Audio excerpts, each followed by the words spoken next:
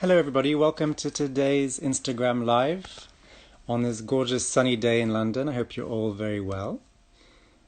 I have a very special friend joining me just now, so I think he's here with us.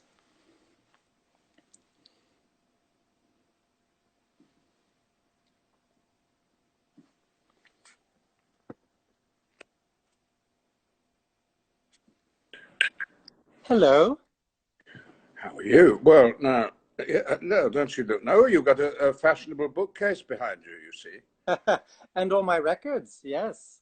Oh, is that what they are? Yes. Well, I was determined if I did one of these that I wouldn't have a bookcase because everyone's been criticized. I do have a bookcase, but But you it's have a nice hat instead, so that's great. I have what? A very nice hat. Well, that's because I don't have very nice hair. I've been growing it since I started isolating on the 15th of March, and I thought I'll just see what happens. We're not quite at Gandalf length yet, but yeah. I started on the exact same day, actually, the 15th of March. Oh, did you? Yes, but but you've been having your hair done because your hair needs to Well, be. today I actually just stood in front of the mirror and did it myself in Did your you? honor. Thank you very much indeed. Well, how nice to see you. It's wonderful to see you, and how is everything going? Um, well, I'm one of the very lucky ones because I have a largish house to live in and I can move around. Uh, and I can get outside and have a nice view over the river. And I live in a interesting area of London, which, although I've been here for 40 years, I'm discovering with the help of neighbours who I walk with, and I've got friends through next door who do my shopping. So I'm absolutely, I feel not guilty, but very, very, very lucky, really.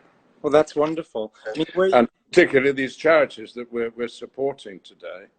exactly. I mean, Refuge and really, crisis. I mean, I really want to thank you for giving your permission for us to use your portrait that I took of you in this charity sale. I mean, it's so kind of you. no. Oh, for goodness sake. I've got it right here, actually. Have a look. Oh, have you? This is my own. Yes. This is my own copy of it. So But you don't have you have should have non-reflecting glass on there, don't you? I know I need to get this reframed, actually.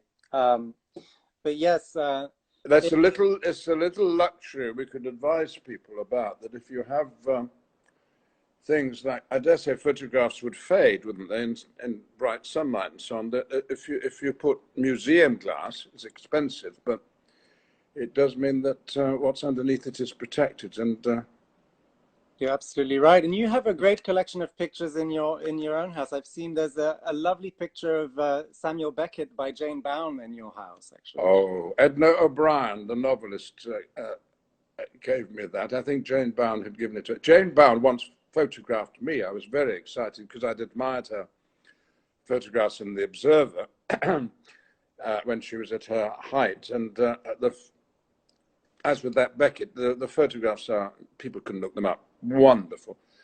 But she didn't, she used natural light. And I know you quite like to do that. And I was being photographed in an office at the National Theatre, just sitting by the window. And when she left, she said, "Oh, I've forgotten my lighting." And she went to an angle poised lamp and unscrewed a 40-watt light bulb. Brilliant. And took it home with her.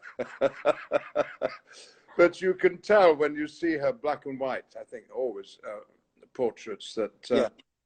people look to be living in the real world rather than stuck in a studio somewhere.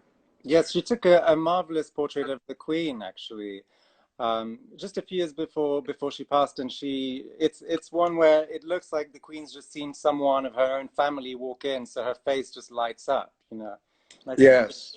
she had that power to do this. Yeah, she looked a bit like Miss Marple, you know, the Agatha Christie detective, and as if she was on some secret mission.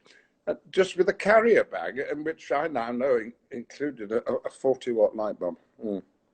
And I had a little look. You know, the National Portrait Gallery has almost 20 pictures of you in their collection. Did you know that? I did not know. Photographs. Photographs and paintings. There's one by Snowden. There's one by Litchfield. There's Trevor Layton. There's Mary McCartney. Oh God! And they're all fantastic. I mean, and I know what else they've got, because it surprised me when I chanced on it. They have a painting by Clive Smith. Yes, That's his name. He had won the BP Portrait Award, and his prize for that was to paint somebody, and it would be accepted into the gallery. And he chose me to do. We had 40 sessions. He and I were both living in New York at the time, and it was going to be a full-length one. But by the end, he got so obsessed with not having got the face right that in the end it's just quite a small one. However, also in the National Portrait Gallery is a sketch of me by Cecil Beaton. yes, of course. And just a quick line drawing. And I've identified what it does. What it is, it's me playing Hamlet, and he must have been watching it on a TV broadcast of it. So I love the idea of the aging Cecil Beaton, with his legs up, with the gin and tonic, no doubt, and just sketching this young man on the box. Yeah. Did you ever meet him? No, I didn't. No. Well, but you met Ivor Novello, didn't you? Well, I think you were very young when he was still around. I didn't meet him. Ivor Novello, long before Andrew Lloyd Webber, was the great composer of British musicals. Mm-hmm. Romantic, sentimental, very tuneful operettas, really. There was a spoken word, but there were lots of tunes. From the man who wrote Keep the Home Fires Burning, which was the big hit song of the First World War. He didn't sing himself. He played the piano and he accompanied the leading ladies. Right. And my mother was a big fan of his. And for her birthday in 1948, we went to the Palace Theatre in Manchester, not far from where we lived in the north of England. Sat up in row C of the dress circle and saw Ivor Novello, who in that time would be in his late 50s, I think. Right. Very glamorous.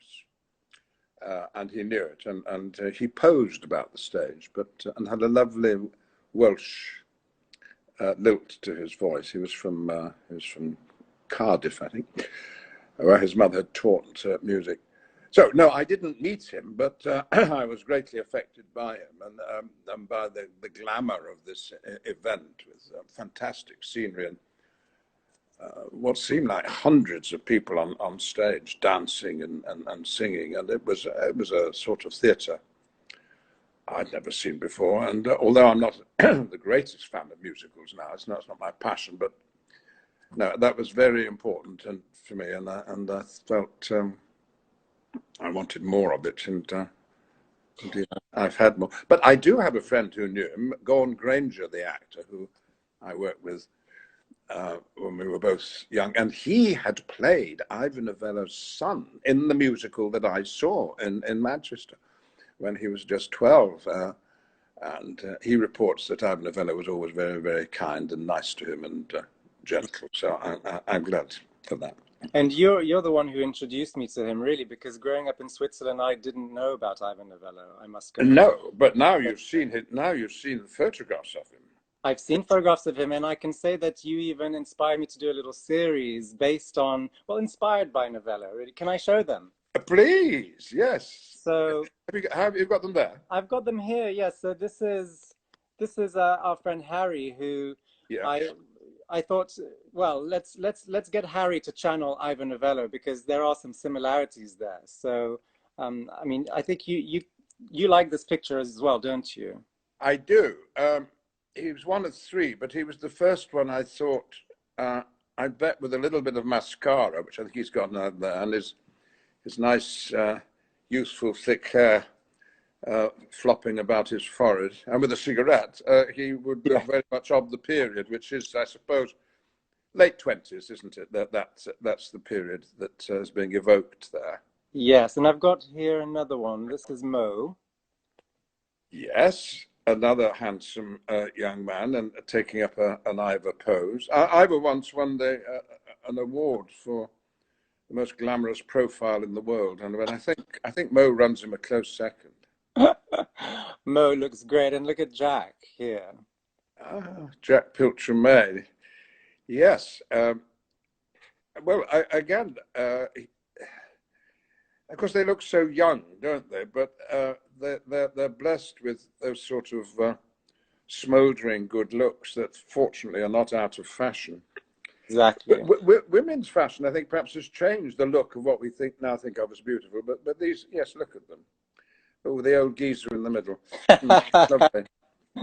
Well, you got me inspired, because I went back and I looked at all of his pictures and at the lighting that was used and the poses and all of that. It's had a big impact on me, actually. Since. Did it? Yes. Yes. I love it. I suppose he would have been photographed perhaps by Angus McBain, who certainly in the 50s, but I think long before that, used to photograph theatre people, and often the plays that they were in, for photographs to put front of house and in the fan magazines and so on. And when I was directing a play in the West End, Angus McBain was brought in his latter years to photograph the cast. And it's a far cry from today, I think, that he would get you to pose or to take up the attitude that was needed of the scene you were in, maybe by yourself, but probably with somebody else. And when you got it, he'd say, "Oh yes, hold that." And then at that point, he started to fix up his lighting and his camera. You, I know, have got it all worked out in your head beforehand, probably the thing set up, but no, Angus McBain did it all before you. And if you sort of watch what he was doing, you say, no, keep the pose. So by the time you took the photograph, you felt like a waxwork, and I'm afraid too often looked like one. And then that attitude to theatre photography was changed by Anthony Armstrong Jones, the young photographer who married Princess Margaret, the Queen's sister.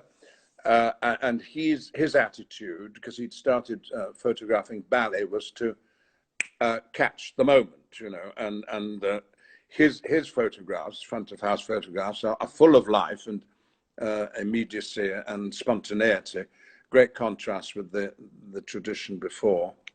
But my career straddles the change. Interesting. Well, speaking of theatre, this is a picture of you, which can you see it clearly? This is when you were. Oh, that's yours. I love that photograph. Your 80th birthday tour. Yes, last year to celebrate. Me too. It was such a special day. I came up to York to see you, and you were on your birthday tour. Whoa, was that? Go ahead. Was that in York? You took that? Yes, no, it was. I can still see it. Ah. Well, it's so romantic, isn't it? There okay, you are. I can see you. It's just there's a lag. It wasn't you. What am I to do? Am I to change? Get my technician in. Nick, can you see? You can hear me, but my mouth's out of sync, is it? Can you see me now? Oh dear. It's out of sync. Nick! Can you hear me now? Yes, I can hear you. Yes, I can. Yeah. But it's a very romantic photograph because it's taken, but there's a lag, I think. Let's get Nick to reconnect you. Nick? Yeah. I think we're...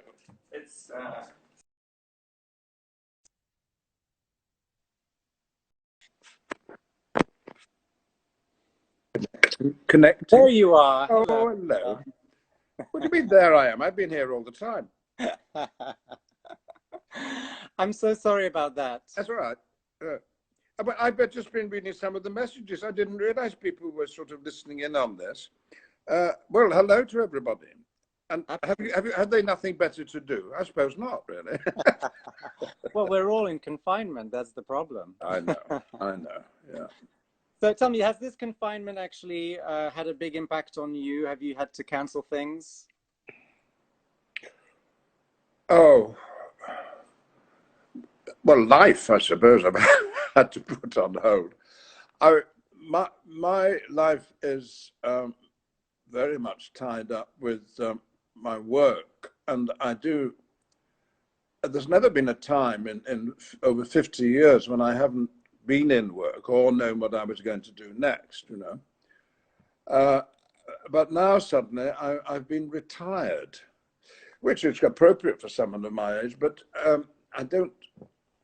It does mean that I haven't really been preparing for these days when I would not have anything to do, and I just, well, of course, I'm plying my way through this with great enjoyment, and other books, and I do the Sudoku every day, and I have little routines like that, and I cook a lot, but I even change the bed once a week. But I haven't been able to, you know, learn Latin or Italian or discover Proust or any of the things that you might do. I've got a play on the go that I'm writing, but again, I don't make myself sit down and do something. But I've always known that about myself, that I'm a procrastinator, and unless I have to go in and rehearse or go in and do a performance, I'm afraid I'm rather a wayward, lazy person, and I'm being indulged, and I don't like that side of it. Well, I'm sure you're being very modest because I don't think there's anything lazy about you. But I think you're the kind of person who thrives under pressure, it seems. Yes, that's true. I mean, there's always a. I don't think I've ever played a part on film or telly or the theatre when I haven't thought at some point in the preparation, I'm never going to be able to do this. I can't do it. I'm useless. And that's why I cry out for help from directors on whom I'm very dependent, as well as the script and the other actors. And usually by the end, I come through and find something. But it is a wonderful pain that I feel during the preparation, that I'm inadequate and useless, and they should have cast somebody else. It's always the case. Doesn't matter what. Wow, really? Except with Gandalf, funnily enough. I can remember Gandalf arrived one day in my life. Peter Jackson, the director, sat me down with the wig makers and the makeup people and everybody else, cameraman, and we sat in a trailer, and me in front of a mirror whilst they tried various beards and moustaches and things, and and eventually after 2 days we landed on a look, and the minute I saw Gandalf looking at me, I found it was easy to understand how he spoke and how he looked. And Gandalf just arrived and sat on my lap, as it were, and said, "Well, here I am." It was so. Wasn't that funny? That's the one part that I didn't find difficult. I didn't go through this normal period of worry and distress. But at the same time, that part was difficult in the sense that you couldn't film with the other people in the room, so you couldn't look Elijah Wood in the eye. So it No, was that quite was a hard. nuisance. No, it was true that sometimes you were not in the same studio or same part of the studio, and you had to fake it. But you know, a lot of acting is about pretense, isn't it? as for the business of green screen and not really being where you appeared to be, I have to tell you that theatre acting is all about green screen, you know. That's not Macbeth's castle behind you. It's a bit of old scenery, isn't it? that door that leads out into the garden. No, it doesn't. It leads into the wings. So, but it was difficult that when getting the disparity in height between a tall wizard and a small hobbit is that Elijah, although we were facing each other, had to look at the top of my pointy hat to get the eye line right, and I had to look at his navel.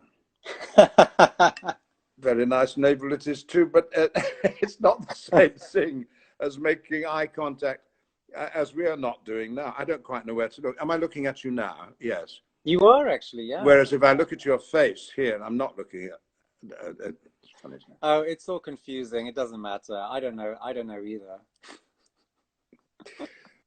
We should just talk about this wonderful Well, portrait. yes, because actually, that's what you just said. Actually, brings me onto that, because you mentioned the green screen in the theatre, and I think that was kind of what inspired me with this photo, which I think if I put it on the screen, it's gonna cause the connection to go bad. So I think I'll just show it here. All right.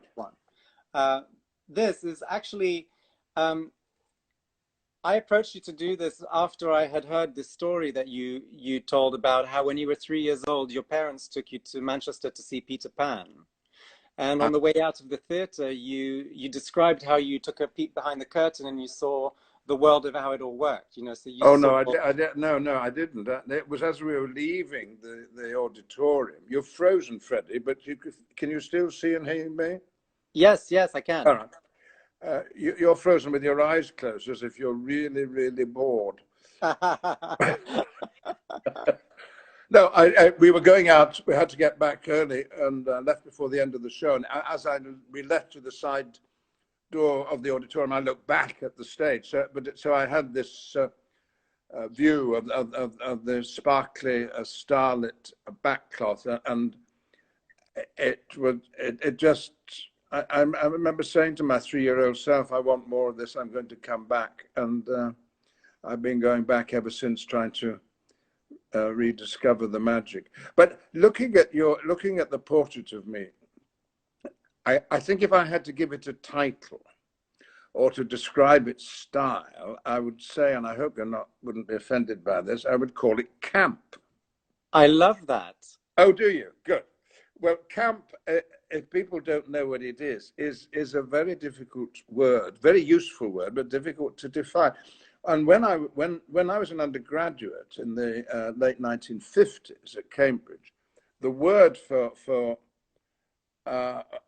we didn't like to use about ourselves queer, because that was a word we'd been given by people who we thought of as unsympathetic, and nor had the word gay been invited, the word that gay people applied to themselves. In the intermediary, we called ourselves camp. Yes. And if you said that boy's camp, it meant he was homosexual. So camp has always had, I think, ever since it was first invented just over 100 years ago, it's always had something to do with being gay and about the gay attitude to the world. But I've been thinking, particularly in Britain, we do like dressing up, don't we? I don't mean RuPaul, all that. I mean the royal family, for example. I mean the Queen at the coronation. What a load of... Is that camp? No, it's not camp, because everything the Queen is wearing, exaggerated and unusual as it is, has got a symbol. There's some point to it. The crown represents something. The fabric and the decoration on her robes too. It's all means something. And when you see soldiers parading along in uniform, very unnatural. But you can call that camp because again, it's a uniform that means something. But camp, like an old man dressed up in a padded duvet, which is what basically you photographed, is pure camp because it means nothing. It is nothing but itself. And it's fun and it's joyful. and it's pretty, and it's attractive. It certainly makes me smile, and it's revealed to be just a costume, just dressing up like kids like to do and actors like to do, and other people like to see actors doing, is revealed by the fact that you've left in the surround, Yes. the backstage sense, with the plugs and the radiators and so on. Which, if you were to remove those and go into just the old man in the duvet, then that might become something less camp. Is this all nonsense? But when you try and define what camp is, it's very, very difficult. Susan Sontag wrote a long essay about it and gave up, really. And then there was the exhibition at the Metropolitan Museum in New York last year about camp in fashion. And again, people simply can't put it into words, and yet we know what it is when we see it. Anyway, those would be my observations, and I think you made a nice contribution to the culture of camp. Well, I was so delighted when you stepped into that space and you actually just put it on, because we weren't sure what we were going to do with it, and then you just tried it. You're just like, well, let me just put this on. That's right, but it doesn't mean anything. It's not about keeping warm, which clothes often are. It's not about hiding modesty, which clothes again are. It was just rather joyful and fun, and made us smile, and obviously other people have liked it too. So long live camp, I say.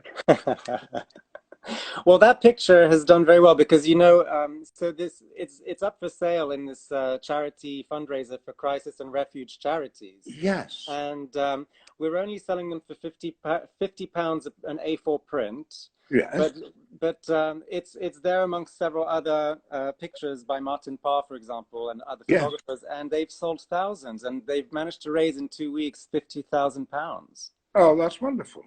So there's 2 more weeks to go, and I think people don't realize, like, I don't normally put pictures up for sale like this, so No.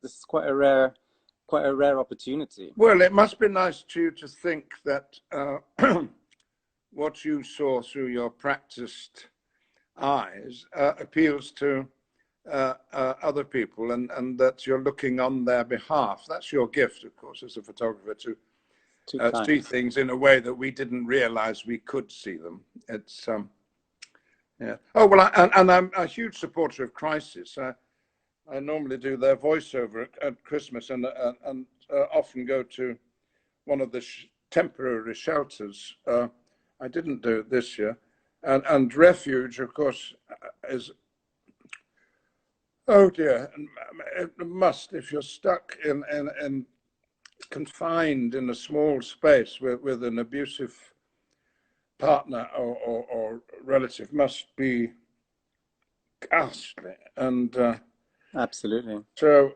2 very, very good necessary charities. Yeah. Have you seen the other pictures that are for sale? It's at traceportfolio.com. It's www. I did. I had a whiz through them the other day, but after this, I'll go back and look at them properly. Yes, because there's probably something I want to get. Yeah, you've been involved in charity for a long time. I mean, the tour you did was to raise money for all the local theatres that you toured. I mean, that's just incredible. Yes. Well, and my stepmother's sister, younger sister, Doris Abraham, she ran in the north of England a refuge for battered, as they called them in those days, battered wives. Mothers often partners of people who were really cruel and abusive to them, so much so that it wasn't safe any longer to live with them. And they would come to Doris's setup and live safely there. They bring their children, and only after they've been there for some weeks were the husbands allowed to visit. And Doris was very strict with the husbands. And the husbands had to do the washing up and do all sorts of things they wouldn't have dreamt of doing at home. But gradually learned, and this was the point she had made, is that people don't know how to behave. they've never learned how to behave. And if only boys would learn how to do housework at school, or learn how to cook, or do things that they, when they married, they expect their wives or partners to do, the world might be a better place. So, and she got the MBE for it. And so I come from a long list of do-gooders. And so for me to have raised a bit of money for an area I know a lot about, theatres up and down the place, Yes. just seemed to be a confirmation that I belong to a family tradition, really. Am I still frozen?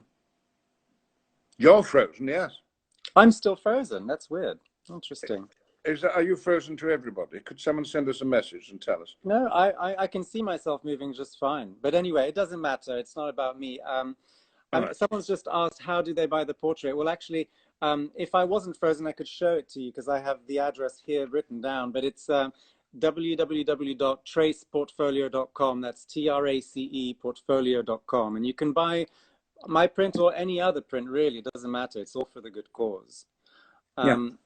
I wanted to ask you, so you run a pub, and you effectively employ people. So how's that all going right now? Well, I and two friends are the leaseholders of the pub. We don't own the property, but it's a small pub in the East End in Limehouse, the Grapes, and popular with locals and with people from further afield too.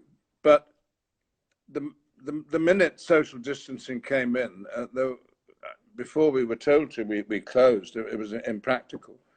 And although we've opened up again, serving lunches between noon and 4 o'clock for anyone who's passing by, but they have to phone up first.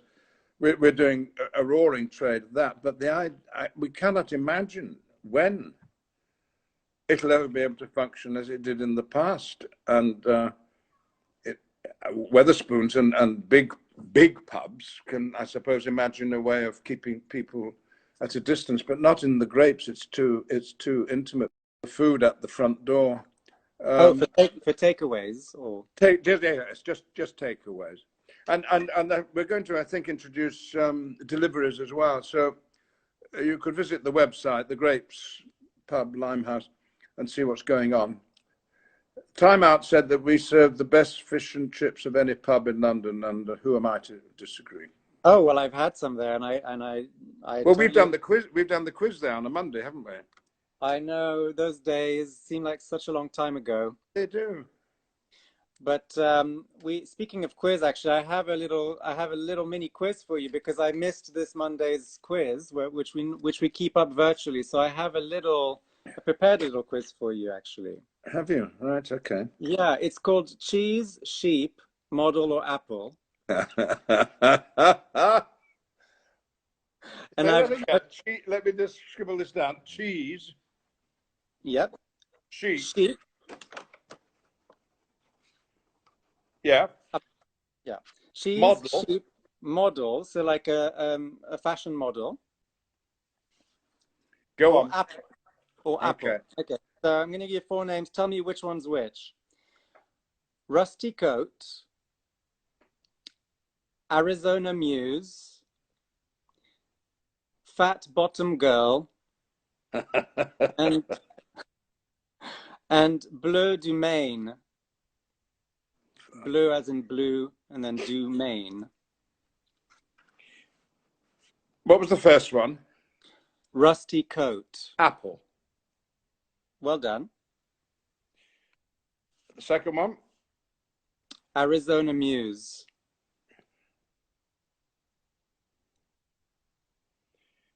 Yeah, go on. Fat Bottom Girl.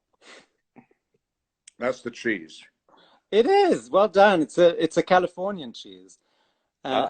Bleu du Maine. Bleu du Maine. She's the model. No. No? She's the sheep, actually. Oh.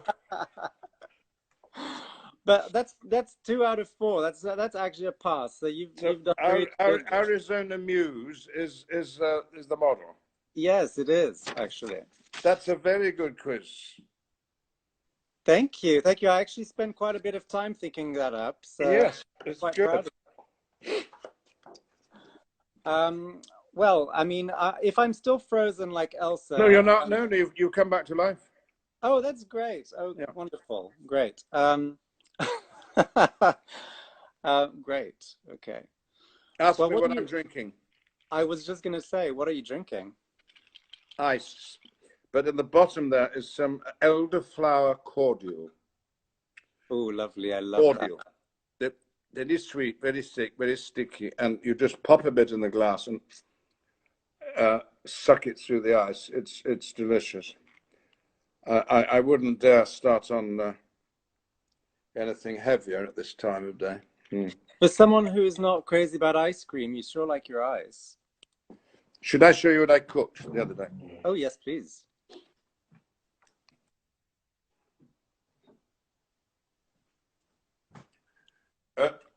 Tomorrow, I'm going to a long distance barbecue with my neighbors. We're at a distance. So here we are. Oh, is that Jello? No, Jelly, we call jelly. it. Yeah, I've had some of that, but you've made some. You make it really well. I've had some before at your house. Now, the secret, friends, is you see in the raspberry jelly there is full of raspberries and other soft fruits made entirely with port. Wow. No water. And then I've just topped that up with a citrus jelly. That's a pint, unbelievably, with tinned mandarin oranges. Ooh, that sounds wonderful. Can you send us some over the river to Bermondsey, maybe? Well, you would only like it with ice cream. I know your passion for ice cream. Yes, I just had a delivery last night of ice cream, so I'm A very happy. delivery. Very good. Yes. Yes, yes. And We are have there to still be. those? You are? Go ahead. No, nothing. I was just going to ask you, I heard a little bird told me like a family of ducklings, I think, are living on your porch, your back porch. Yes. Uh, yes. A duck came up from the river and occupied a, a large flower pot surrounded by foliage. And by chance, rather late in the brooding season, we discovered her and saw a couple of the ducklings as they'd emerged underneath her. Overnight, she popped down onto the river, and her little ducklings would have followed her in, leaving no evidence behind, no shells. I don't know whether they took the shells with them to sail away. We haven't seen them since, and I'm afraid probably what happens is a duck has 8 offspring, and knowing that most of them are going to Oh, uh, yeah. be gobbled up by, I don't know, something else that needs to feed its kids. But there've been other evidence of nature. I saw the other evening a bat, which I've never seen in 40 years here at dusk. Just one bat came by. And only yesterday, 2 blackbirds came onto my terrace, and I haven't been able to persuade birds to come close to the house, but yesterday they did of their own accord. And whether it's because there's so little happening on the river, which is often quite busy with traffic, I don't know. But and we've got swans and geese are more in evidence than normal. And you've probably heard on the news of Lucy the Goosey in York, at York train station, no? About 10 days ago, this goose took up residence in a flower pot in the middle of York Station because it's totally deserted now, and she just kind of pushed the flowers out and rearranged them just so that it's just so, and she's laid her eggs there. Now we wouldn't call that camp, would we? That's eminently practical. Oh, well, good for Lucy. Yes. Of course, it is wonderful looking up at a clear sky and feeling not only is the sky clear, but so is the atmosphere beyond. That's Yes. one outcome that perhaps we can learn from in the future. You do wonder, don't you, what changes there will be in attitudes to all sorts of. But it's so difficult to think about the future. Well, I was going to ask you, do you think that this has changed you in any way? No, it's not so far. I wish it had, in the sense. It's only confirmed what I already knew, that I'm a procrastinator and I don't get down to doing things that have to be done. It took me an awful long time to find the Hoover. And when I did find it, I haven't been able to turn it on. Because, of course, the instructions are long gone. And so my darling cleaner, I think, is going to be allowed back in to do the place, perhaps a room at a time, whilst we just keep apart. So no. You see, I am cooking more than I normally do, but I find I'm cooking things that I already know. I've not been adventurous. The only adventurous way in which I have been adventurous is on my strolls, my daily walk, and I've been going further and further, and I discovered places that have been here all the time that I have and long before, and are so interesting and to look at and think about. So that's been a good discovery, and I think it'll mean when it's over or changes that I will think of myself more as belonging to this locality rather than just being a Londoner, you know. Yes, yes. And I don't think I shall relate to the West End, where I often work and often visit, half as much as in the past. I mean, well, maybe I'll discover local restaurants if I want to go out, and local theatres, indeed, rather than just the West End. I don't know, but we'll have to see. Well, time will tell. Well, Ian, thank you Yeah. ever so much for your time today. I really appreciate it, and Oh, always a darling, joy it's to see you. always lovely to see you. And yes, I mean, are you going to be allowed to pop over now, one on one, and do I let you into my virus-free home and we sit at a distance? Is that I, allowed? I've Perhaps been someone will waiting let for us. the I've been waiting for the invitation. Well, you have the invitation, but whether you have the permission from the authorities, I don't know. I think they're very lax in being specific. That's true. It's very And vague. it's all very well saying, oh, the good common sense of the British people. You can't be commonsensical unless you know what the situation is. And that's where we depend on, if not instruction, certainly advice on what we would safely do or not. But I'm afraid at my age, I'm going to be the last who's let out. That's yeah, yeah. Yeah. So, anyone who's old, I send special love to, and anyone Me too. who needs the advice and the help of crisis and refuge, I'm sure they would want to hear from you. Yes. And Well, the rest of us can support by one of Freddie's prints and indeed another print, and or just send off money. Come on, if you've got any. absolutely. And for Yeah. anyone who's interested in buying, I'll just say it again. It's traceportfolio.com, and I'll also have the link in my bio as well on my Instagram. So it's all there, and prints are only £50. It's for two great charities, and Ian's very kindly accepted. Well, given permission for the picture to be sold for that. So thank you Of so course. much, Ian. All right. You're wonderful. All right. Bye, Peter. All the Bye bye. best. Speak to you later, my friend. Bye. Yeah. Bye bye.